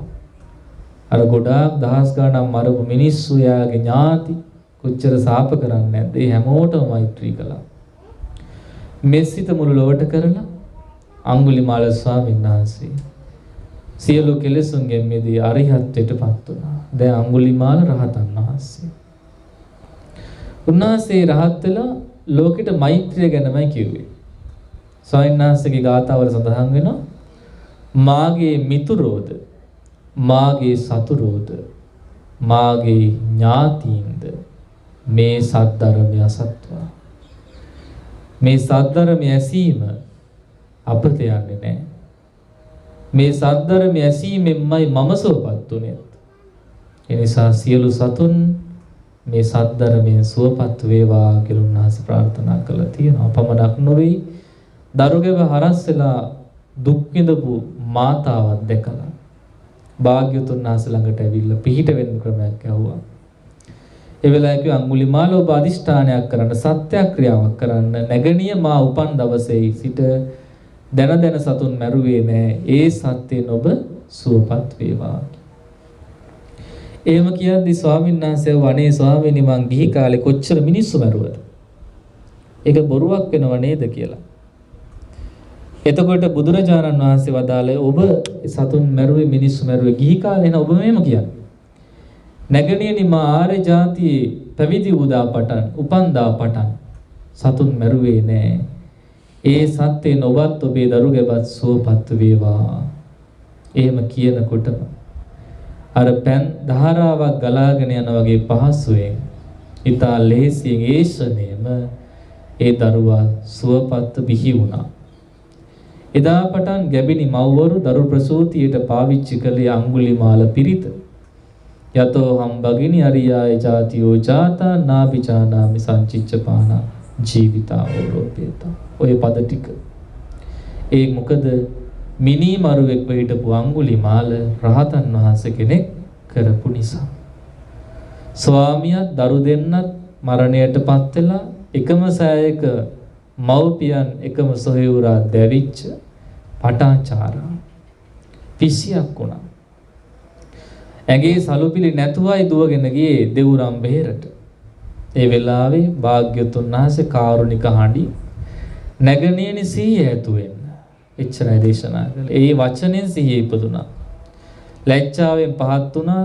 පුරුෂයන් දෙදෙනෙක් ලබා දුන් සලු වලින් එකක් ඇඳගෙන එකක් පොරවගෙන පටාචාරාව බුදුරජාණන් වහන්සේට වන්දනා කළා. නසන්ති පුත්තා තානාය නපිතා නපි බන්දවා අන්තකේනාදි පන්නස්ස නත්ති ඥාතිසු තානතා. මරණයටපත් වෙන සත්වයාට මේ සසර ගමන යද්දි මැරෙද්දි අම්මගේ පිහිටක් නැහැ. තාත්තගේ පිහිටක් නැහැ. පුතුන්ගේ පිහිටක් නැහැ. ඥාතීන්ගේ පිහිටක් නැහැ කියන දේශනාවයි බුදුරජාණන් වහන්සේ කළේ. ඒ දේශනාව අහලා පටාචාරාව සෝවාන් වුණා. ශාසනයේ පැවිද්ද ඉල්ලුව ලැබුණා. පටාචාරා තෙරණින් වහන්සේ භාවනා කළා. දවසින් දවස හිත දියුණු කරගෙන පළවෙනි දවසේ පාදෝවණය කරපු වතුර ටික දුරක් ගිහින් අතර වුණා. දෙවෙනි දවසේ ඊට වඩා ටිකක් දුර ගියා. මොකද හේතුව පළවෙනි දවසේ වතුර පොළවේ තියෙන්නේ නැති නිසා ඉක්මනින් උරාගත්තා. ටික දුර යන්නේ. දෙවෙනි දවසේ හරි උරාගත්තු වතුරක් තිබුණ නිසා තවත් දුර යනවා. තුන්වෙනි දවසේ ඊටත් වඩා. ඒ කියන්නේ ආ හිතුවා ඒ මෙහෙණින්වාස හිතුවා. ඒ වගේ තමයි සත්වයෝ බාල කාලේ මැරෙනවා. තමන්ගේ දරු දෙන්න ගිහි කාලේ එම මැරුණා. තව සමහර අය තරුණ කාලේ මැරෙන තමන්ගේ සහෝදරයත් ස්වාමියාත් වගේ. තවත් සමහර අය වයසට ගිහිල්ලා මැරෙන අම්මයි තාත්තයි වගේ. ඒ කල්පනාව ඇති කරගෙන එදා තුන්වෙනි දවසේ කුටියට වැඩම කළා පාදෝවණය කරලා. ඊළ පහන නිවල දමනකොටම සියලු කෙලෙස් නිවා දමමින් පටාචාරා රහත් තෙරණිය බවට පත් උනේ ඒ ලෝතුරා බුදුරජාණන් වහන්සේ නිසාමයි. එකම දරුවා මැරිලා වඩාගෙන හැමතැනම ගියා බෙහෙත් හොයාගෙන. පස්සේ අහන ලැබුණ බුදුරජාණන් වහන්සේ බෙහෙත් කරන එතෙන්ට ගියොත් හොඳයි කියලා. ඊට පස්සේ භාග්‍යතුන් වහන්සේ කිව්වේ නෑ ළමයා මැරිලා වැඩක් නෑ විසි කරන්න. එහෙම කිව්වේ නෑ. උන්වහන්සේ කිව්වේ ඉසා ගෞතමිය ඔබට පුළුවන් නම් මං මෙහෙම සනීප කරන්නම් මේ බෙහෙත ගේන්න. මොකද්ද බෙහෙත? අබමිටක්. අබමිටක් නම් මොනවද සායන ගේන්න. නමුත් මෙහෙමයි කොන්දේසියක් තියෙනවා. ඔබ ගේන අබමිට ගේන ගෙදර කිසිම කෙනෙක් මැරලා තියෙන්න බෑ. අහන්න ඕනේ හරියටම කවුරුත් මැරලා නැද්ද කියලා. ඉතින් ඔහොම ගෙවල් ගන්න ගෙද අහනකොට හැම ගෙදරම එක්ක තාත්තා මැරලා අම්මා මැරලා පුතා මැරලා මොකක් හරි මලගයක් වෙලා. එයාට ගෙවල් 10කට 12කට යනකොට තේරුණා මට විතරක් මගේ පුතාට විතරක් වෙච්ච දෙයක් නෙවෙයි හැම ගෙදරම මිනිස්සු මැරලා තියෙනවා. ඊට පස්සේ තේරුණා මේ පුතත් මැරලා තියෙන්නේ ආමුසොන්ට දාලා ගිහිල්ලා භාග්‍යතුන් වහන්සේට වන්දනා කළා පැවිද්ද ඉල්ලුවා. කිසා ගෞතමී තෙරණියත් අරිහත්ත්වයටපත් වුණා. සසරින් එතර වුණා. ඉතින් මේ කිහිපයක් කතාම ඔබට මතක් කළේ ලෝතුරා බුදු කෙනෙක් නිසා කොච්චරනම් අය දුකින් මිදුණාද. දහස් ගණන් ලක්ෂ ගණන් පිරිස් ඒ බණ අහලා රහත් වුණා. ප්‍රමාණ වශයෙන් කිව්වොත් මෙහෙමයි කියන්නේ. සෝවිසි අසංකේය 9 කෝටි 60 ලක්ෂයක් දෙනා භාග්‍යවත් බුදුරජාණන් වහන්සේගේ ශ්‍රීමුක බුද්ධ වචනේ අහලම සසර දුකින් මිදලා තියෙනවා. ගාන කිව්වොත් 24යි 0140යි කෝටි 9යි ලක්ෂ 60යි. ඔහොමයි ගණන හදාගන්නේ. ඒ තරම් පිරිසක් සසරින් ඈතර කෙරෙව්වේ ලෝතුරා බුදු බවට පත් වුණු නිසා. සාමාන්‍ය කෙනෙක්ට ඕක කරන්න බෑ. එහෙනම් මේ හඬන වැළපෙන දුක් වෙන සසර දුක් නැති තැනට ඒ 24 අසංකේය 9 කෝටි 60 ලක්ෂයක් තරම් මිනිස්සු දෙවියෝ බ්‍රහ්මයෝපත් වුණා. මිනිස්සු විතරක් නෙවෙයි එතන ගොඩාක් ඉන්නේ බ්‍රහ්මයෝ සහ දෙවියෝ. එයින් මෑත අවුරුදු 100ක් ගත වෙච්ච තැනදී දඹදිව් තලයේ වැඩිඳලා තියෙනවා පරිනිර්වාණයෙන් පස්සේ කෝටි 100ක් මහරහතන් වහන්සේ. එයින් මෑත දුටුගැමුණු රජතුමා රජ කරන සමයේ බුද්ධ වර්ෂ 236ටත් පසුව රුවන්වැලි මහසෑයේ පාදම තබන දවස මුළු ලෝකෙම වැඩම කරලා තියෙන 96 කෝටියක් මහරහතන් වහන්සේලා. එහෙම කෝටි ගණනින් බුදුරජාණන් වහන්සේ පිරිනිවන් පෑවට පස්සෙත් රහත් උනේ මේ ශ්‍රී සද්ධර්මයේ නිසා. ඒ නිසා සුඛා සද්ධම්ම දේශනා මේ 84000ක් වූ සූත්‍ර විනය අභිධර්මයේ නම් වූ කොටස් වශයෙන් බෙදුනා වූ මේ නිවන් රස කැටිව තිබෙන්නා වූ ධර්මයේ මහලා කොච්චර නිවන් අවබෝධ කළාද? අදත් සැනසෙනවනේ නිවෙනවා. දැන් මේ දේශනා කරන ස්වාමීන් වහන්සේ නිවෙනවා. මේ ආහන පින්වතුන්ලා නිවෙන මොකක් නිසාද? ධර්මය නිසා. ධර්ම දේශනා කිරීම සැපයි. ධර්ම ශ්‍රවණය කිරීමත් සැපයි. එසේ වූ ධර්මය ආරක්ෂා කොට දුන්නේ දේශනා කොට දුන්නේ සාරිපුත්ත මහ මුගලන් මහ රහතන් වහන්සේලා ප්‍රදාන ආර්ය මහා සංඝරත්නය විශේෂයෙන් ආනන්ද මහ උතුමන් වහන්සේ. ඒ මහරහතන් වහන්සේගේ ලයේ තමයි මේ 84000 දහම් පද කැටිව තිබුණේ. කිසිම යන්ත්‍රයක් උපකරණයක් නැතුව මතකයේ තබා ගත්තා. තබාගෙන ඒවා පිළිවෙලකට ලස්සනට ගැලපුවා. නිකාය වශයෙන් බෙදුවා, පිටක වශයෙන් බෙදුවා, නිකාය වශයෙන් බෙදුවා, සූත්‍ර නම් කළා. ඒ ඔක්කොම කළේ ආනන්ද මහරහතන් වහන්සේ. එසේ වූ මහා සංඝරත්නය විසින් මේ ධර්මය අපිට දායාද කරනවා. පරපුරෙන් පරපුර රැගෙන ආවා. ලංකාවේ බැමිණි තියාසාය අවුරුදු 12ක් තිබුණා.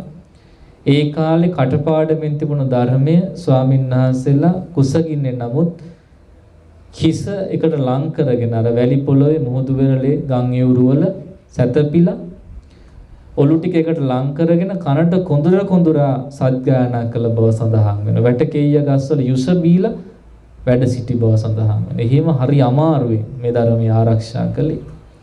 පසුවයි ධර්මයේ ග්‍රන්ථාරූඪ කරේ ඒ ව්‍යසනය නිසා වලගම්බා රජතුමාගේ සමයේදී මේ ධර්මයේ ග්‍රන්ථාරූඪ කළා. පුස්කොළ පොත්වල ලිව්වා. ඉතින් එසේ වූ මහා සංඝරත්නය ජීවිත පරිත්‍යාගය ලොවට සුව දෙන මේ ධර්මය ආරක්ෂා කොට දුන්නා. එසේ ආරක්ෂා කොට දුන්නේ ත්‍රිපිටක ධර්මය අද තාමත් ජීවමානයි. ඒ අට කතා විස්තර කතාව ජීවමානයි. ඒ සියල්ල කියවලා අහලා අපි සුවපත් වෙමු. ඒ සුවපත් වීම අදත් මේ ලැබුණේ සුඛා සංඝස සාමග්ගී. එසේ වූ ස්වාමීන් වහන්සේලා සමගියෙන් ගුණ පුරනවා නම් භාවනා කරනවා නම් එසේ භාවනා කරන එකම සපයි. ඒ භාවනාවෙන් සති සමාධි ඥාන වැඩෙනවා, ධ්‍යාන ලැබෙනවා, විපස්සනා ඥාන ලැබෙනවා, සෝවාන් ආදී මාර්ගඵල ලැබෙනවා. ඒ මට්ටම් වලින් ඒ තපස සැප වෙනවා. ධ්‍යාන ලැබෙනකොට අර පංචකාම පීඩා නැති වෙනවා. කාම වස්තුන් නිසා උපදින දුක නැති වෙනවා. ධ්‍යාන සුවයටපත් වුණා. විපස්සනා ඥාන වැඩෙනකොට සියලු සංස්කාර වෙනස් වෙවි බිඳි යනවා. කිසිම දෙයක් ස්ථිර නැති බව ඒ ස්වභාවයේ ලක්ෂණය හරියටම ඇස් දෙකෙන් දැක්කා වගේ හිතින් දකිනවා. එතකොට කිසිම දෙයකට මුලා වෙන්නේ නැහැ. ඒ ලක්ෂණය මුල් කරගෙන සෝවාන් වුණොත් යම් ශ්‍රාවකේ ආත්ම හතකින් අරිහත්ත්වයටපත් වෙන උපරිම. සකදාගාමී වුණොත් එක ආත්මකින් නිවන් දකිනවා. අනාගාමී වුණොත් සුද්ධාවාස බඹතලයේ ආවීහ අතප්ප සුදාස සුදාසි අකනිටා කියන බඹතලයේ ඉපදිලා එහෙදි රහත් වෙලා පිරිනිවන් පානවා. රහත් වුණොත් මෙතනම පිරිනිවන් පානවා. ඔය තමයි භාග්‍යවතුන් වහන්සේගේ ශාසනයේ සුව. එන එවැනි සුවයක් ගැන ඒ උතුම් සැපය ලෝතුරා බුදුරජාණන් වහන්සේගේ පහළ වීම සැපයි. ඒ බුදුරජාණන් වහන්සේගේ සද්ධර්ම දේශනාව සැපයි. ඒ මහා සංඝරත්නයේ සමගිය සැපයි. ඒ සමගි වූවන්ගේ භාවනාව සැපයි කියන ගාථා පදේ බණ පදේ මුල් කරගෙන පැයක් පමණද මේ නිවසේ දහම් දෙසුව. ඒ ධර්ම දේශනා කිරීමේ පින, ධර්ම ශ්‍රවණය කිරීමේ අනන්ත පින, භාවනා වශයෙන් රැස්ුණා වූ පින මාස 3කට පෙර මිය පරලෝ යන්ට යෙදුණු කවිදු තරංග පුතණුවන්ට අත් වේවා, සසර ගමන සුවපත් වේවා, අමා මහ නිවනින් සැනසෙන්නත් ලැබේවා කියලා සාදු කියලා පින්තන. ඉදං වූ ඥාතිනං හෝතු සුඛිතා හොන්තු ඥාතයෝ. ඉදං වූ ඥාතිනං හෝතු සුඛිතා හොන්තු ඥාතයෝ. ඉදං වූ ඥාතිනං හෝතු සුඛිතා හොන්තු